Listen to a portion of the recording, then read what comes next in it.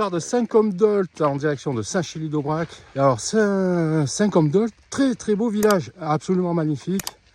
Si vous pouvez faire bon, peut-être une halte d'une journée, ça fait peut-être beaucoup, mais essayez d'arriver tôt parce que le village est franchement mignon. Avec la particularité de son église et son clocher en flammes. C'est le clocher qui twist. Ça, j'avais jamais vu. Et vous avez un château qui en ce moment est en rénovation. Et tout le village est franchement très très beau. Très joli passage ici en ce moment là, entre Estaing, Espalion, Saint-Côme-d'Olt. Très beau passage dans la vallée du Lot. Là. Sublime. Allez, bon là ça grimpe. Et je vous dirai ce qui se passe en cours de route.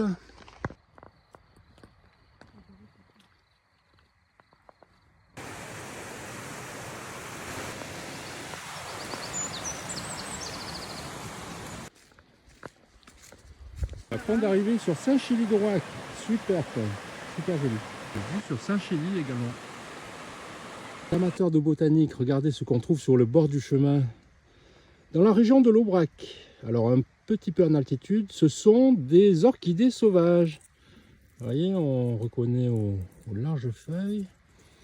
Alors beaucoup sont atteintes d'un champignon, apparemment ça fait des grandes taches. Mais regardez comme c'est beau. Alors là c'est au printemps dans l'Aubrac.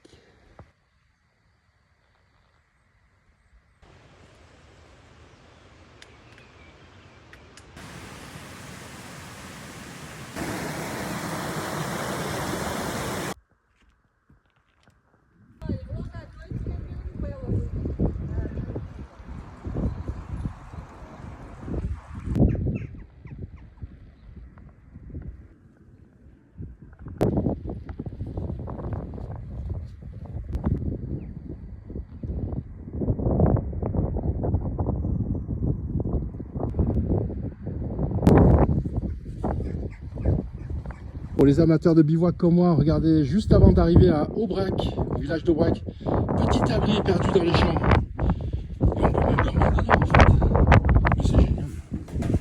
C'est juste un abri. Voilà, mais ça permet de passer une nuit tranquille, en dehors, protégé du froid, de la pluie, etc. Direction, alors par là-bas c'est direction Aubrac. Moi, comme vous l'avez compris, je vais en sens inverse. Je vais de l'autre côté, par ici.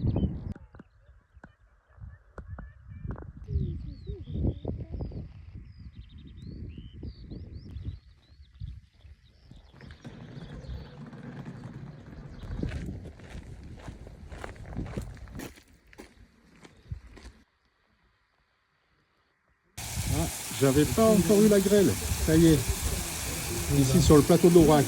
Heureusement qu'on a trouvé cet abri. Je suis à Rieux-Tort d'Aubrac. Mes premières expériences de grêle, petite grêle.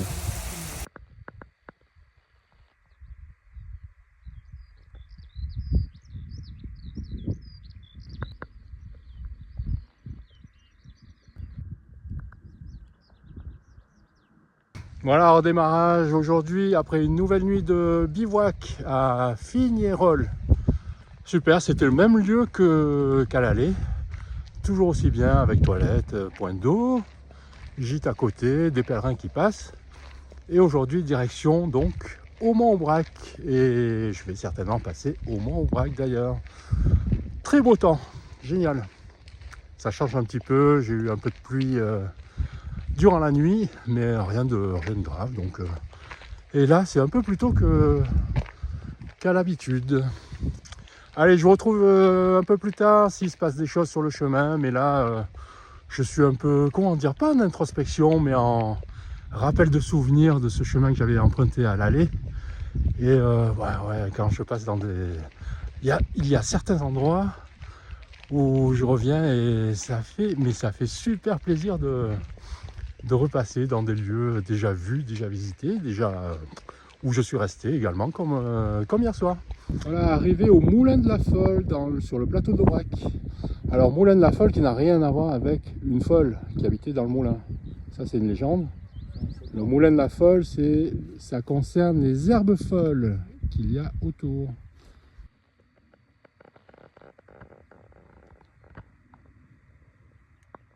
Les pèlerins arrivent là, en force.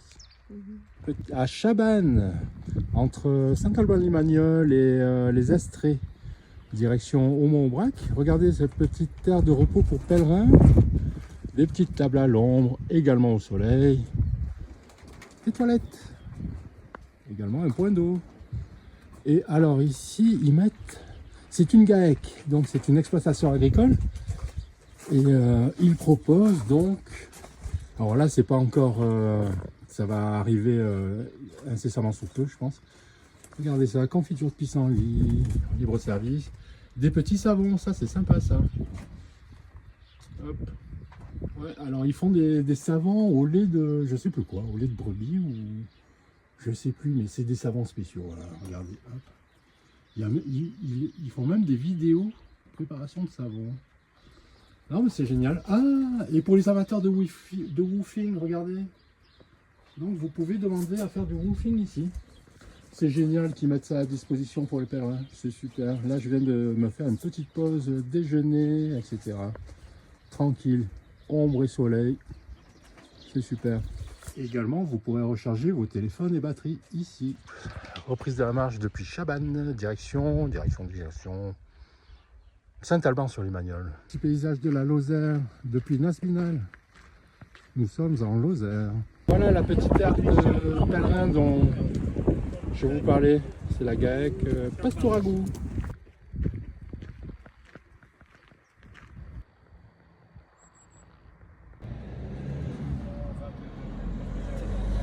Aujourd'hui, départ de la chapelle Saint-Roch en Lozère, peu après, 10 km après Saint-Alban-sur-les-Magnols. Donc toujours sur la Via Podiensis, direction le Puy-en-Velay que j'atteindrai d'ici quelques jours. Et même bivouac à l'aller, oh, ça j'adore. En ce moment, je fais les mêmes bivouacs à l'aller, à vrai dire. Ça fait au moins la troisième fois que je plante la tente exactement au même endroit que là où je l'ai placé lorsque j'étais en direction de Saint-Jean-Pied-de-Port. C'est assez marrant de faire ce type d'expérience. Donc aujourd'hui, bon, je ne sais pas encore, on va passer le domaine du Sauvage, bien entendu, qui est un très très beau spot, mais ça se trouve assez près d'ici, donc je vais tirer jusqu'à Sogg, très certainement, entre le domaine du Sauvage et Sogg, je pense. Et comme dans l'Aubrac, on a des prairies remplies de jonquilles à cette période. Et regardez comme ça fait joli. Arrivé de nouveau à l'auberge du Sauvage, qui fait également gîte. Beaucoup de monde s'arrête là d'ailleurs. Un site exceptionnel. Allez, avec son petit étang devant. Joli ça.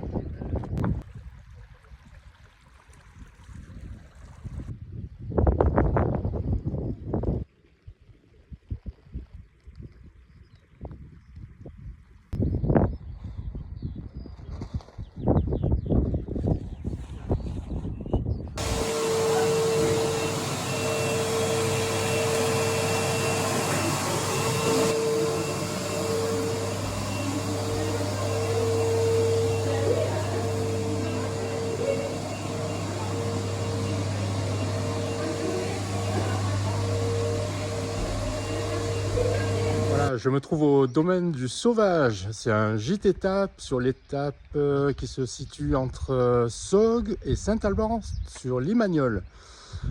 Superbe bâtiment, une auberge magnifique, historique, authentique, dans un cadre merveilleux. Et là, vous pourrez prendre du repos comme ce que je viens de faire, puisque hier, finalement, j'ai décidé de prendre une journée de repos.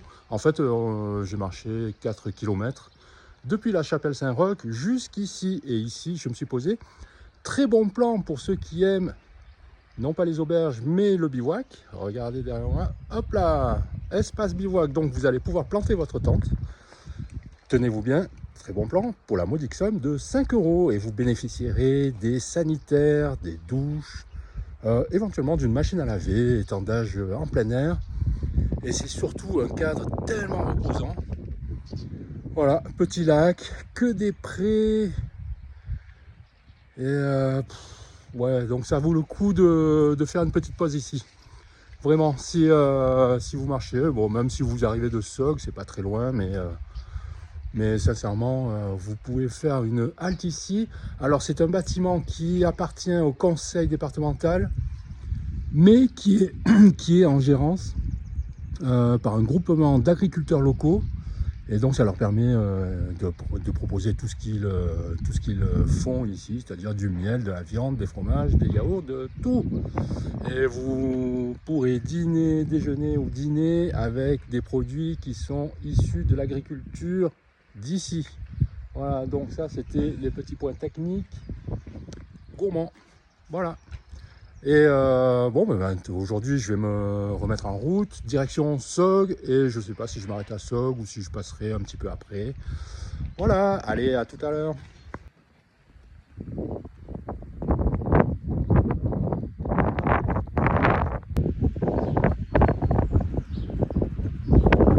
Et pour ceux qui passeraient entre Sogg et le Sauvage, regardez, petit refuge, la Béate.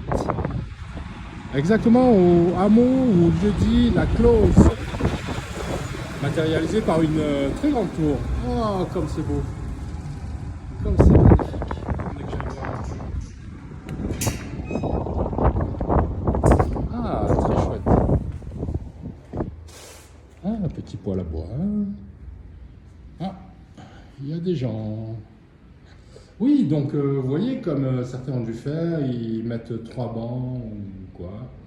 Et ils dorment là, ou à moins que vous ayez un matelas par terre, vous mettez là. Et donc c'est libre d'accès, tout ça. Voilà, de temps en temps sur le chemin, on trouve des refuges comme celui-ci.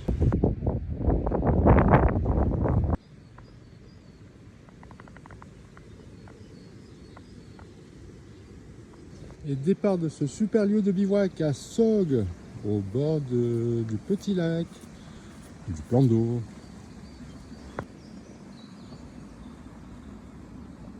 Alors le plan d'eau de Sogg le matin, c'est quand même le paradis des pêcheurs. En ce moment, il y a eu apparemment un lâcher de truite hier. Culture que je n'avais pas vue à Sogg, tiens donc. Joli bord. Bientôt, je vais repasser au niveau de toutes les sculptures qui annoncent le village de Sogg. Une fois que j'aurai traversé la départementale, nationale, je ne sais plus quoi, il y a la route qui passe au-dessus. Et sur l'arrivée sur Sogg, il y a toutes ces sculptures en bois que je vous avais montré dans une vidéo précédente. La dernière vue sur Sogg que je viens de quitter, après un bivouac ici même, au bord du lac d'ailleurs de Sogg, du plan d'eau. Alors ici, voilà, je me trouve au niveau de la Vierge qui se trouve ici, voilà, qui regarde en direction de Sogg. Nous avons ici, nous apercevons la bête du Gévaudan. Pour ceux qui souhaitent, il y avait des toilettes ici et il y a toute la série de sculptures en bois que je vous avais montré dans une vidéo précédente. La sculpture de la bête du Gévaudan, la fameuse légende de la bête du Gévaudan. Alors il y a quand même une sacrée différence entre passer au début de l'hiver et revenir donc au printemps. La lumière, ça change tout sur le décor. Ces sculptures annonçant Sogg au-dessus du village.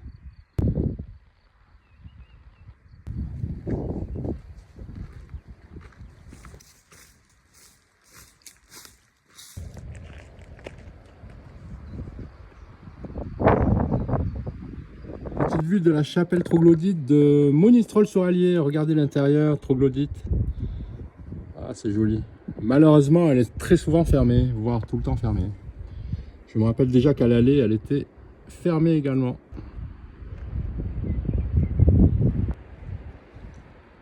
Et de nouveau des grimpeurs sur le site de Monistrol-sur-l'Allier.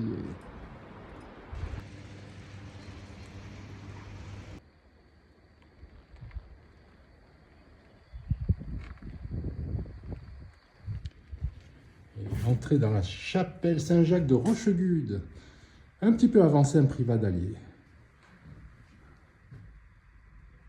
Magnifique.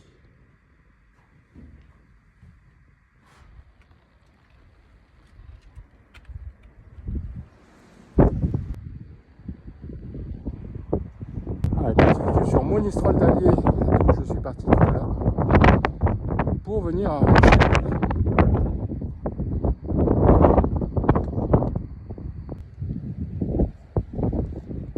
moment du départ est arrivé, donc nuitée dans la chapelle Saint-Jacques de Rochegude. Heureusement, parce que durant la nuit, il a commencé à pleuvoir et il a fait un orage pas possible. Donc là, cette idée de dormir dans cette chapelle à Rochegude était la meilleure des options possibles. Voilà, je me remets en route, direction le Puy-en-Velay. Je ne sais pas si je vais atteindre le Puy aujourd'hui, puisqu'ils annoncent encore une fois des orages. Je verrai tout ça en cours de route. À toutes! Charmante maison de Montbonnet, peu avant le Puy.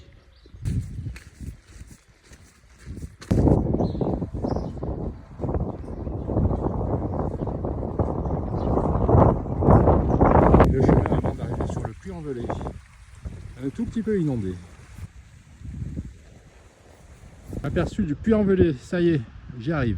Et Notre-Dame de France en vue, descendre sur le Puy-en-Velay. Dans un kilomètre ou deux, on va être directement en ville. La découverte de l'accueil pèlerin au Puy-en-Velay, c'est génial. Regardez, il y a un petit café, il y a un espace donc café et un espace boutique avec une petite aire, un petit espace où on peut se reposer, se détendre, avec un accueil pour ceux qui arrivent ou qui partent depuis le Puy-en-Velay. C'est absolument magnifique. Vous rencontrerez, alors il me semble que c'est à partir entre, je sais plus, dans l'après-midi, il y a la rencontre avec les pèlerins qui partent ou qui arrivent, je sais pas. Mais c'est tenu par des bénévoles, donc, qui s'occuperont de vous offrir une petite collation, vous donner des conseils sur un peu les chemins, dans un cadre vraiment très agréable. Voilà, ça s'appelle le Camino au Puy-en-Velay, à côté de la cathédrale.